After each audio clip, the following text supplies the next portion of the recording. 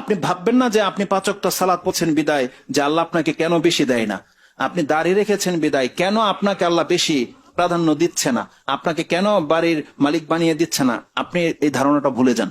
আপনার ইবাদতের ভিত্তিতে আল্লাহ আপনাকে খাবার দেয় না। যদি হতো তাহলে ওই যে মসজিদের ইমাম প্রথম কাতারে যারা থাকে তারা বেশি পয়সাওয়ালা হতো, আর আমরা জেনে আমরাও সেই কাজটাই করতাম বেশি পয়সাওয়ালা হওয়ার জন্য, তখন আর ইখলাস থাকতো না। আল্লাহ সুবহানাহু ওয়া তাআলা দুনিয়াতে আমাদেরকে যাকে যতটা দিচ্ছে এটা একটা তাকদীর। আল্লাহ ভালো জানে কেন আমাদেরকে একে অপরের চেয়ে তুলনামূলক কম রেখেছে, এতে আমাদের জন্য কল্যাণ আছে। একটা হাদিস আমি আপনাকে বলবো, তাহলে এই আয়াতটা আপনার পুরোপুরি বুঝে আসবে। ইমাম মুসলিম রাহিমাহুল্লাহ তিনি একটা হাদিস কোট করেছেন। এই হাদিসটি আপনি পাবেন 52 নম্বর পর্বে, ইয়াউমুল কিয়ামা, কিয়ামতের বর্ণনা আছে, জান্নাত জাহান্নামের বর্ণনা আছে। হাদিস নাম্বার হচ্ছে 6982 নম্বর হাদিস, এবং 81 নম্বর হাদিসটাও পড়বেন, আপনার অন্তর ঠান্ডা হয়ে যাবে। ওটা আরেকটা টপিকসে বলবেন ইনশাআল্লাহ। তো 82 নম্বর হাদিস যেটা 6982, এটা আপনার অ্যাপসে পাবেন, বলে দিলাম 52 নম্বর পর্বে। আনাস রাদিয়াল্লাহু তাআলা আনহু থেকে বর্ণনা করেছেন, তিনি বলছেন ক্বালা রাসূলুল্লাহ সাল্লাল্লাহু আলাইহি ওয়াসাল্লাম ইন্নাল্লাহা লা ইয়াযলিমু মুমিনান, আল্লাহ সুবহানাহু ওয়া তাআলা কোন মুমিন বান্দার উপরে সামান্যতম জুলুম করে না বা করবে না। ইন্নাল্লাহা লা ইয়াযলিমু মুমিনান হাসানাতান, কেন আল্লাহ জুলুম করে না? আল্লাহ বলছেন একজন মুমিন বান্দা যা কিছু নেকি করছে, হাসানাতান, তার নেকির বদলায় কি করে আল্লাহ? ইউতা বিহা ফিদ দুনিয়া ওয়া ইউজা বিহা ফিল আখিরাহ। এই ভাষাগুলো আপনি ফলো করেন, আল্লাহ কি বলেছেন। রাসূল সাল্লাল্লাহু আলাইহি ওয়াসাল্লাম বলছেন ইউতা বিহা ফিদ দুনিয়া ওয়া ইউজা বিহা ফিল আখিরাহ। মুমিনরা যে ভালো কাজগুলো করে, ভালো যদি আচরণ করে, মানে সৎ কাজগুলো যদি করে, যত বেশি করবে এর প্রেক্ষিতে আল্লাহ তাকে দুনিয়াতেও দেবে, ইউতা বিহা দুনিয়া, বিহা এর মাধ্যমে দেবে, দুনিয়া দেবে, ওয়া ইউজা বিহা ফিল আখিরাহ, আর তাকে এই কর্মের জাযা দেবে পরকালে। দুনিয়ার ক্ষেত্রে আল্লাহ জাযা শব্দটা ব্যবহার করেনি, আল্লাহ বলছেন ইউতা ফিদ দুনিয়া ওয়া ইউজা বিহা ফিল আখিরাহ, এই কর্মের জাযা দেবে তাকে পরকালে। তার মানে আল্লাহ সুবহানাহু ওয়া তাআলা কর্মের জাযা দুনিয়াতে আমাদেরকে দেয় না, এটা এক্সট্রা দিচ্ছে, আল্লাহ সন্তুষ্ট হয়ে দিচ্ছে। আর আমাদের যতগুলো ইবাদত আছে সব রিজার্ভ রয়েছে, কারণ আল্লাহ সুবহানাহু ওয়া তাআলার ইবাদত করতে খুব দামি। ইবাদতের ভিত্তিতে আল্লাহ বলছেন, আরে যেখানে একটা সুবহানাল্লাহ বলার মূল্য পুরো পৃথিবী চুকাতে পারবে না, একটা সুবহানাল্লাহ বলার, ওই হাদিস আমরা বলেছিলাম, আলহামদুলিল্লাহ বলার মূল্য কেউ চুকাতে পারবে না। 2 রাকাত ফজরের ফরজ নামাজের সুন্নত, যে 2 রাকাত সুন্নত আছে, এই 2 রাকাতের সুন্নত যদি যার আছে, পুরা পৃথিবী এবং পৃথিবীর সমস্ত সম্পদ এক পাল্লায় রাখতে হবে, তাও ওই ফজরের 2 রাকাত সুন্নত নামাজের মূল্য হবে না।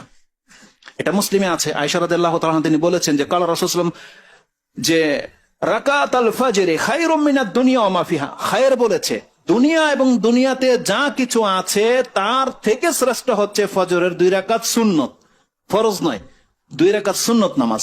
তার মানে ইবাদতের মূল্য এই দুনিয়ার নাজ নিয়ামত দিয়ে পুরা হবে না কোনোদিন। তাই আল্লাহ সুবহানাহু ওয়া তাআলা বলছেন বান্দার প্রত্যেকটি সৎ কাজ, সেটা রাস্তা থেকে একটা ইটপাটকেল, একটা কষ্টদায়ক বস্তু ছুঁড়ে ফেলে দেওয়া হোক, এটার একটা ওয়েট আছে। আল্লাহ বলছেন এই কাজের মূল্য দুনিয়া দিয়ে চুকাবে না কোনোদিন। তাই আল্লাহ বলছেন ওয়ায়ুতা বিহা ফিদ দুনিয়া ওয়া ইউজা বিহা ফিল আখিরাহ, প্রত্যেকটা মুমিন বান্দাকে পরকালে তার 100% জাযা তাকে দেওয়া হবে। আওফা, আল্লাহ বলছেন আওফা মানে একদম পরিপূর্ণ বদলা তাকে দেওয়া হবে। একটা সুবহানাল্লাহ বলেছে, সে একটা সুবহানাল্লাহর নেকি তার মিস হবে না, কারণ আল্লাহ সুবহানাহু ওয়া তাআলা কি বলেছেন, আমি সেটাকে লিখে রাখছি। আমরা সেই ধাপগুলো অনেকবার বর্ণনা করেছি।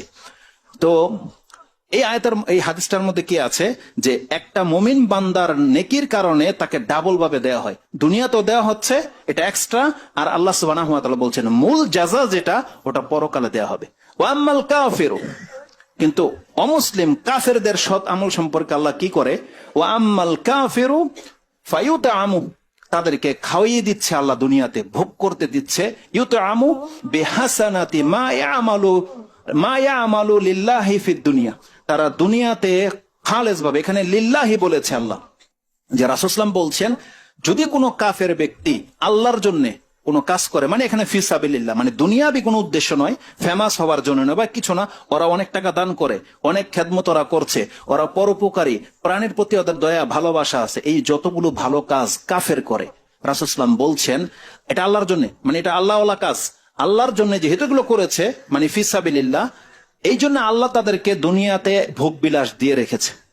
হাত্তা ইজা আফদা ইলাল আখিরা, আল্লাহ তার ভালো কর্মের যাজা দুনিয়াতে এমন ভাবে দিয়ে দেয়, হাত্তা ইজা আফদা ইলাল আখিরা, এই ব্যক্তিটা যখন পরকালে উদিত হবে, পরকালে তাকে নিয়ে আসা হবে, লাম তাকুল্লাহু হাসানাতান ইউজজা বিহা, তার এমন কোন নেকি আল্লাহ তার আমলনামায় বাকি রাখবে না যে তার যাজা দেওয়ার প্রয়োজন হতে পারে।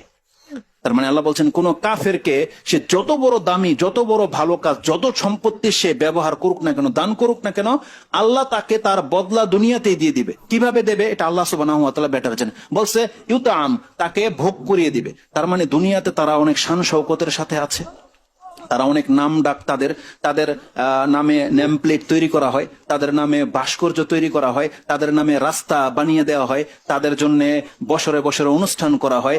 তারা আইডিয়াল ব্যক্তি, তাদের গলাতে তাদের অনুসারীরা ওই নকশা নিয়ে ঘুরে, বিভিন্ন কিছু গেঞ্জির মধ্যে তাদের নাম লেখা হয়ে যায়। আল্লাহ এইভাবে তাকে মর্যাদাবান করে দেবে শুধু দুনিয়ায়।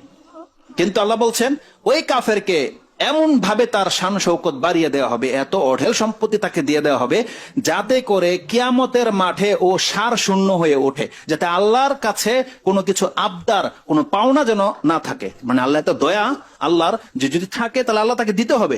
এই জন্য আল্লাহ বলছেন, আমি ওকে, যেহেতু কাফের, আমার সাথে নাশুকরি করেছে বা মুশরিক বা অন্য কিছু এই টাইপের কিছু, আল্লাহ বলছেন কোন একজন ব্যক্তির দায় ভার আমি নেব না, ওকে আমি পুরো দুনিয়াই দিয়ে দিব।